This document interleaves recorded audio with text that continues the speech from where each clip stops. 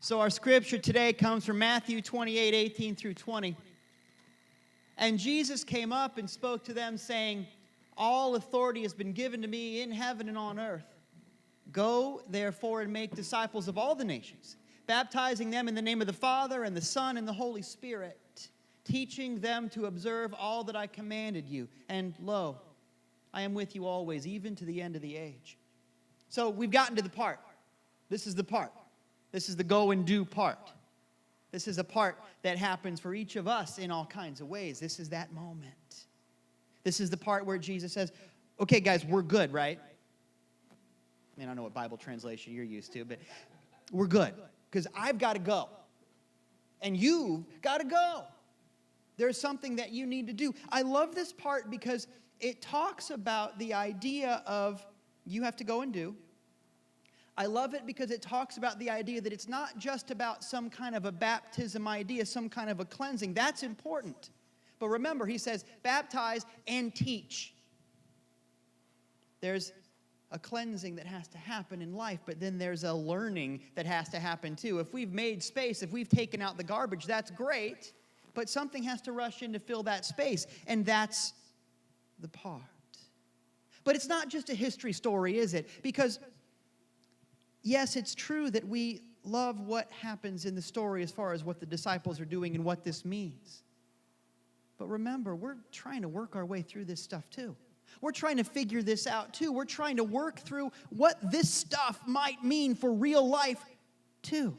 So, man, oh man, in a very real way, we're the disciples. Think about it. A disciple just means a student. We're trying to study this stuff. That's all. They have cooler outfits, the robes, the sandals, the whole thing. It's a good look. We don't have that. But we have the same desire to figure it out, to live this life, and the same calling to go and change the world. And so we ask ourselves, what does this mean? Put yourself in that place historically. Imagine that you had been through all of that stuff and all of the miracles and the feeding of the multitudes and the raising of Lazarus and the cleansing of the lepers and everything Easter morning. And ask yourself, okay, if I saw all of that, if I was there for all of that, and then Jesus said, guess what? And now for my next trick, you've got to go do this. What do you say to that? How does that feel? What would you do about that? That's the question. We know what some of the disciples have done, right? If you know the story, you went to Sunday school, you know that a good number of the disciples, after the Easter morning experience, all of the things that they saw, they went back to fishing. You know the story, right? They see all of this great stuff. And remember, the thing that Jesus said, go teach people, go change the world, all that, this isn't the only time he says it. He says it all the time. Go do stuff. That's kind of the message of Jesus Christ in a way. Go do stuff, guys. Really, you can do it. And so he has said this to them over and over and over again. But the moment he's gone, our dog is not allowed on the couch. He's not, and he knows it. But the moment we leave, he's on the couch. There have been times when the house is quiet where he thinks we're all gone, and I'm just in the other room working, and I got my headphones on or whatever, and I come out, and there he is.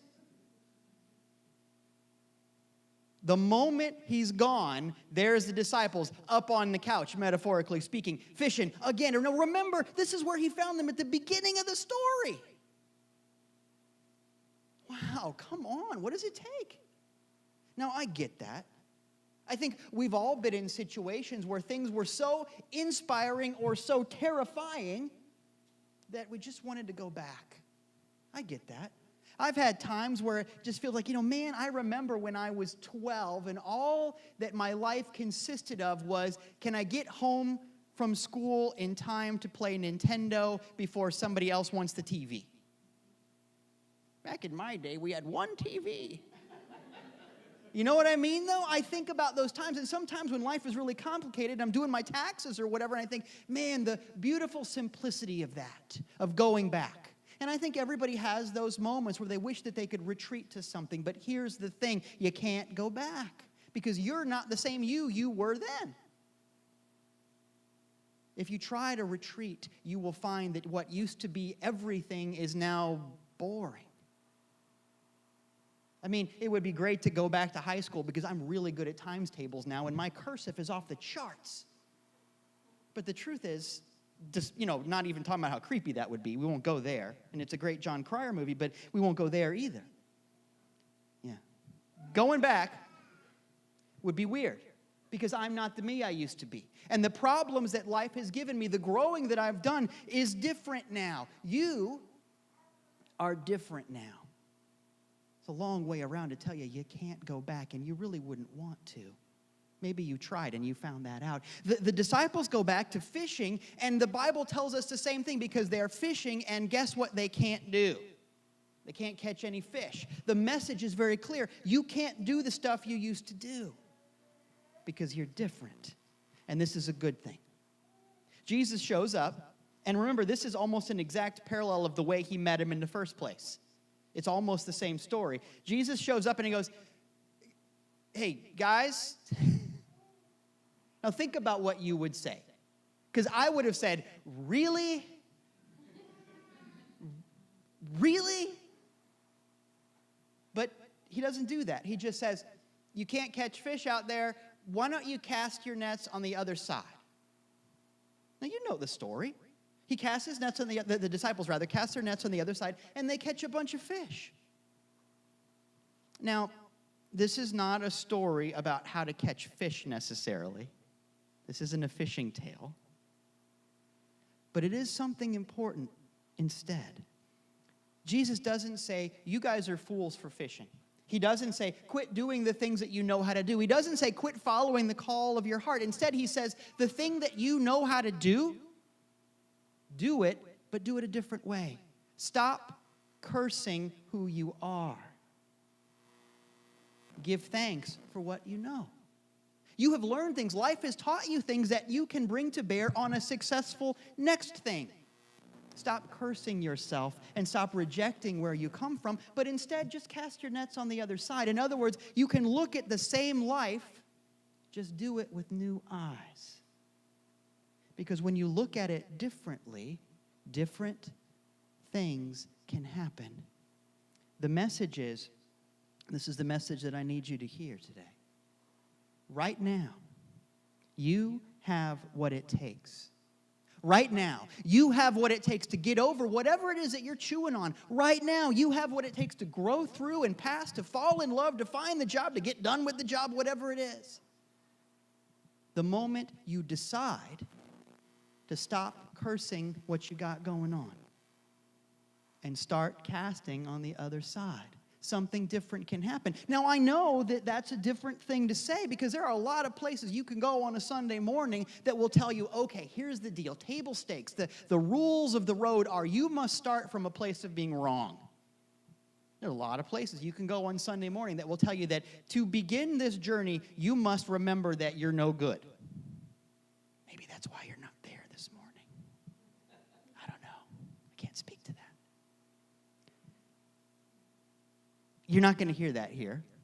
You never heard it from Jesus. Remember, this is the you are the light of the world guy over and over again. I don't know why people do it. I think that it's a great cheap shot. I'm not saying that's why they do it, but I can just see from my imagination that I can see it's a great cheap shot because if you come to me and you say, hey, my life doesn't work, fix me, and I, as the preacher, say, oh, well, it's not supposed to work. You're a worm of the dust. And you go, oh, okay, I guess I'll just sit down. And that happens. Okay, I don't have to answer questions. I don't have to help anybody if I believe that people are no good. But the thing is, you're never going to grow past your idea of what you're worthy of. You can't. There are no surprises, spiritually speaking. You're not going to grow past your idea of who you are as a child of God. You cannot surprise yourself that way. Spirituality can't happen against your will, right? So if my fundamental assertion is that I'm no good, I'm going to stay in a place of being no good, and I'm going to have a diminished ability to experience God. Now remember, this is not what Jesus felt about it. We've talked all around and all about and all through this, right? And people go, well, that's why, church, I don't do that anymore. But you know what? It's not just a church thing. I mean, think about how many jobs are based around this principle. I am better than you see, and if you keep treating me like I'm better than you for a long enough time, eventually you'll get promoted and you'll get to be better than somebody else. How many jobs? How many situations are built around that concept of inherent wrongness? But once again, if your paradigm is wrongness, it's hard to get to what's right because all you've been practicing is wrong. You get what you practice, right? There are a lot of self-help books that tell you, okay, the trick to being productive is to clobber yourself. There's probably one called Clobber Yourself. Don't Google it, but there probably is. If you could just, if I can get up earlier, if I can just do without, if I can make myself feel bad, if I can just pass up the experiences with the people I love and instead just really mind meld with my to-do list. If I can punish myself and deprive myself of the things that make my heart sing, if I can just do that long enough, then I will make more money. Okay, we pay bills. Money's fine. But is that the point? Really? As it turns out, there's a lot of self-help that is neither thing because it doesn't affirm self and it doesn't help. If I spend all my time thinking that I'm no good, that I must punish myself in order to get ahead, what kind of ahead are we talking about? So what if there was a different idea? And in fact, not so different, in fact, very, very old. That idea that you have what it takes, the idea that you are the light of the world, the idea that as a light, it's your job to shine. What if we go with that? Because here's the thing. You ready? The desire that you have in your heart to grow. The desire you have in your heart for whatever it is that hurts to stop hurting. The desire you have in your heart to love and be loved, to heal and be healed, to help and be helped. The desire that you have was put there by God. I need you to know that. That's how all of this works. You're not a robot. You have the power to choose the life you want. But the trick is God puts the desire in your heart to be nice, to have dreams. I mean, think about it with me. You can be the kind of person who has never known love, never experienced it in any way, and yet love is what you want. Well, who put that there? If you don't even know what love is, where'd that yearning come from? Everything good that you desire was put there by God. And so if we begin our journey not by saying, okay, this is no good, this whole thing is no good, because who are you trying to kid? But instead you go, okay, God, I get it. You're trying to communicate to me, but that desire you put into my heart is filtered through all of my emotional baggage and ego stuff and control issues and addiction to late night television and all of those things going on TLC. Dr. Now, have you seen that? And all of the stuff. It gets filtered through. Nothing against Dr. Now. But you know what I mean? So if I want change, I can't change source. I can't change God. The Bible is full of quotes about how you can't change God. Kind of wouldn't be God, right, if you could change. So I can't change the source. And really, I can't change the destination. I can't change what happens as a result. You can get into the mud with life and put a lot of Band-Aids on things, but it doesn't stay that way, does it? So if I can't change the source and I can't change the destination, what can I change? Life is like TV. You can't change the source and you can't change the destination, but I'm here to tell you, you can change the channel. You're the channel. You are the filter through which all of this stuff happens. You make the decision about how that desire gets played out in your life. Jesus talks about Father, Son, and Holy Spirit, and in a very real way, life is like that. There's this perfect idea, and there's how well you know who you are, and there's what happens as a result. So your job is to change your idea, to reform your God thought, to think about you in a different way. And as you do, everything else works out. Jesus said, if I am lifted up, I will draw all men unto me. And the idea is if I just find one idea, if I just live from that place, everything else works out.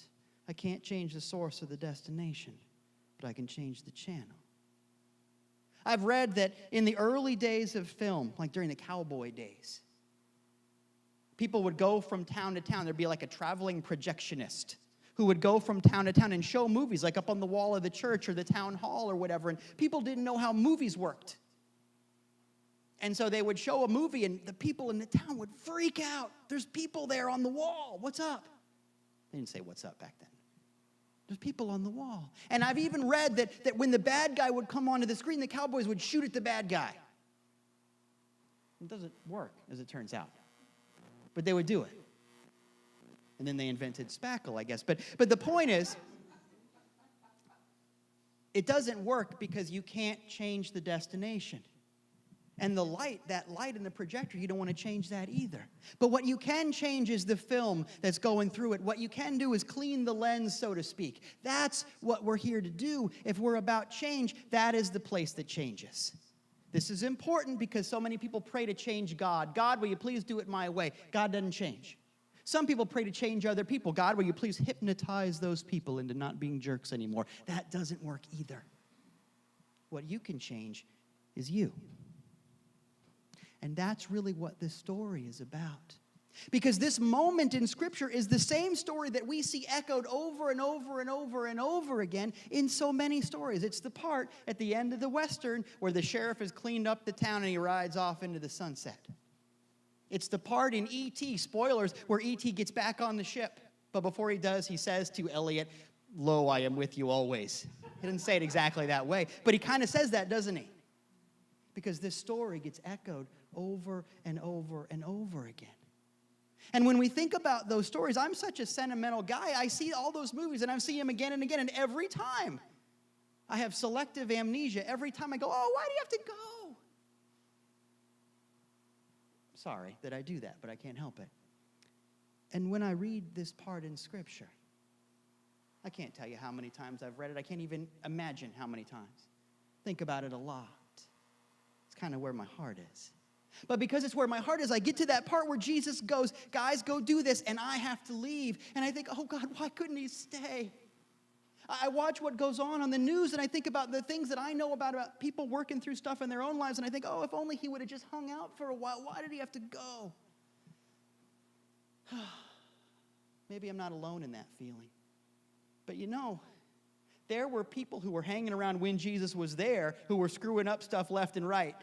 So maybe it's not about proximity and presence, you know? Why did he have to go? I'm not a good cook. I'm not. I live with an amazing cook. I live with someone who just cooks stuff for fun, not even because people are hungry. Dieting is very difficult in a house where someone will just make cookies. Sorry. Not sorry. But it's one of those things where I live with someone who can do that all the time. And as a result of being around that, I've picked up a couple of things. I can figure some stuff out. I've got a couple of really solid recipes. But the truth is, I can do a couple things good, but I'll never be great. In fact, I don't even know where all the pots go. Sorry. Not sorry. When you're exposed to something, you can be good, but you'll never be great, not until you fight for it. If you live in a family of musicians, you're going to be around music, and maybe you can be a musician too, but you'll never be great until you fight for it, until you own it. There's something different that has to happen. It has to happen in you. I mean, think about hanging out with Jesus. Think about being one of those disciples and seeing the amazing miracles and the lepers being cleansed and Lazarus and all of this stuff. Imagine seeing all of that and then being given something to solve in your own life. Well, I could fix this, or I could just wait for Jesus to come do it better. Are you really going to learn floral arrangement if you live with Martha Stewart? What's the point? What's the point? You can be good, but not great until you own it, because you never really learn something until you have to teach it, right? You've experienced that in your own life. You never really model something until you've got to internalize it, until you've got to fight for it, until you've got to own it. And so we get to this place in the story where Jesus says, okay, guys, you're not going to get this until I go. You must do this. I'm quite sure the disciples were not pleased about this information. How would you feel? But he has to go so that they can grow. He has to go so that they can grow. That's the point. The townspeople will never clean up their town until the sheriff rides off. That's how all of this works. And at this moment, we have a choice. Will you be a bystander in your life? Well, you've already chosen differently because you're here. Bystanders stay home on Sunday mornings. I'm sorry, but that's the deal. There's other choices too. Some people are scholars. They read a lot about what goes on, and I'm a book guy. I love that. They study about things, and they feel that rush of when I sit in the silence and I have that prayer time and it feels really good, and then I turn on the lights and I, curse at the guy in traffic or whatever. There are people who are scholars of life, and that's beautiful, but it isn't everything. Will we be scholars, or will we be adventurers? Because adventure is out there. Something is calling us. Are we going to stop and watch, or are we going to engage? Because that's when the magic happens, when you just step out and you say, I don't know everything, but I know a thing. There's something in me, and I've decided to trust that maybe God put it there. Maybe I'm going to do something different. Maybe I am different than I thought I was. The disciples ended up being lousy fishermen. Fisherman is defined by his or her ability to fish, and you can't fish anymore. So it turns out, here's the point, your job does not define you anymore. You are not defined by what you can produce and what you can consume anymore. You are not defined by what's on your W-2 or what isn't anymore. That's not the truth about you. Maybe it was the truth before, but not anymore. That's not who you are any more than it was the truth for them.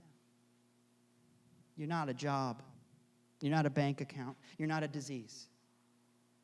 You're a miracle. You are a miracle. If I had one wish for everybody, it's that I wish that people would stop looking for a miracle, and I wish that people would realize how incredible it is that they are. What an incredible, weird, wonderful, beautiful thing to be anything at all. Think about the thermodynamic miracle that had to happen for you to just be born. And that's day one. Think about all the things that have happened between then and now. Think about all of the victories, all of the challenges, all of the stories, all of the adventures, all of the heartache, and all of the breakthroughs that have happened to get you here. I'll take it all, because every moment is a miracle of your story. Think about what you have been through. As it turns out, you have been exposed to great things. Not so different from the disciples. You have seen resurrection in your life. You have seen the hungry be fed when you didn't know how the bills were going to get paid. You have seen healing. You have seen doctors be wrong. You have seen things, whether they happen to you or happen to somebody you love. You have seen it, and you will see it to the degree that you are open to it, to the degree that you cast your nets on the other side. You're the miracle. And you can take it for granted. No fun. You can curse it. No fun. Or you can say thank you. Just thank you. That's the best prayer of all, maybe. You know what? Thank you. I don't know the words. I don't have fancy words, but just, thanks. Start with that. But you know and I know that the best way to be thankful, the best way to express your gratitude is to use the gifts that you've been given. So the question for you and the question for me is the same as the question for the disciples. What are you going to do about it? What are you going to do about it? Here's the equation. This is the thing that'll go on Instagram or whatever. This is the thing. You ready? Life has changed you. Now go be the change for somebody else. Think about all of the ways that life has changed you. Think about the adventures. Think about the mentors you've had. Think about the people who have taught you what not to do. Thank God for them too. Life has changed you. Now, stop sitting and start being the change for somebody else. That's what Jesus is saying to the disciples, and maybe that's what he's saying to you and me too. And it's easy because you were engineered to share. You can't help it. Kids share.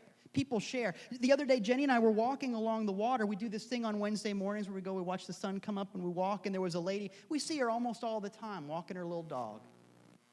And she said, hey, you guys, I don't even know each other's names. We're just you guys. Hey, you guys, if you keep walking this way, there's a manatee. And so, the manatee was between us and coffee, so we were going to go that way anyway. But we walked and we saw in the marina. They're not supposed to be there. They don't usually hang out there. I've never seen one there before. There was this incredible, just as close as I am to you, this giant manatee who just sort of hanging out there, and he just sort of rolled over like to say hi, and it was awesome. But that wasn't even the best part. The best part was after we saw this manatee, and I took about 1,000 pictures, we looked back, and there was the lady about 100 yards back just waving. And the reason that that was great was that she wasn't interested in getting credit or anything like that. She wanted the sharing to be complete. You know what I mean? She wanted the sharing to be complete. You have that in you. When you find a restaurant that you like, you tell everybody. And also when you find something that's disgusting, you want to share. Oh, this is really gross. You got to try it. Everybody does that. Why is that? Everybody does that because you're engineered to share. If something touches you, you want to share it with somebody else. It's who you are. All I'm saying is go do that thing. We share, and we share, and we share. Sometimes people aren't good at sharing what's important. They can share a yucky drink they found, but sometimes they aren't good at sharing the things that really touch them. There are people who have had their lives touched by art, by revolution, by beauty. Yes, by church. Yeah, of course I want you to share that, but that's not the point right now. There are people who have had their lives touched by something and don't want to share that part because it's a lot easier to talk about the breadsticks at Olive Garden than it is to talk about this thing that moved my heart. But man, oh man, my reluctance to share what moves me is what is keeping me from moving. My reluctance to share what moves me is what's keeping me from moving. So let's get over it together. Find the thing that moves your heart. Yeah, I hope church is a part of that equation, but even if it's not, even if it's something you see at the Dolly Museum, even if it's a song on the radio, have you heard that song? I cried when I heard it, whatever it is. Find that thing because that's what makes us alive. We are here to be changed. Think about the changes that you have undergone in your life to make you the miracle that you are. And decide with me that this is only the middle part of your story. There is so much more to you, and the world is aching for it. It is time to go and be that thing that God put in your heart to be. It's time to love and be loved. It's time to heal and be healed. It's time to help and be helped. It is time to be free. Because after all, freedom is a choice. Thank you.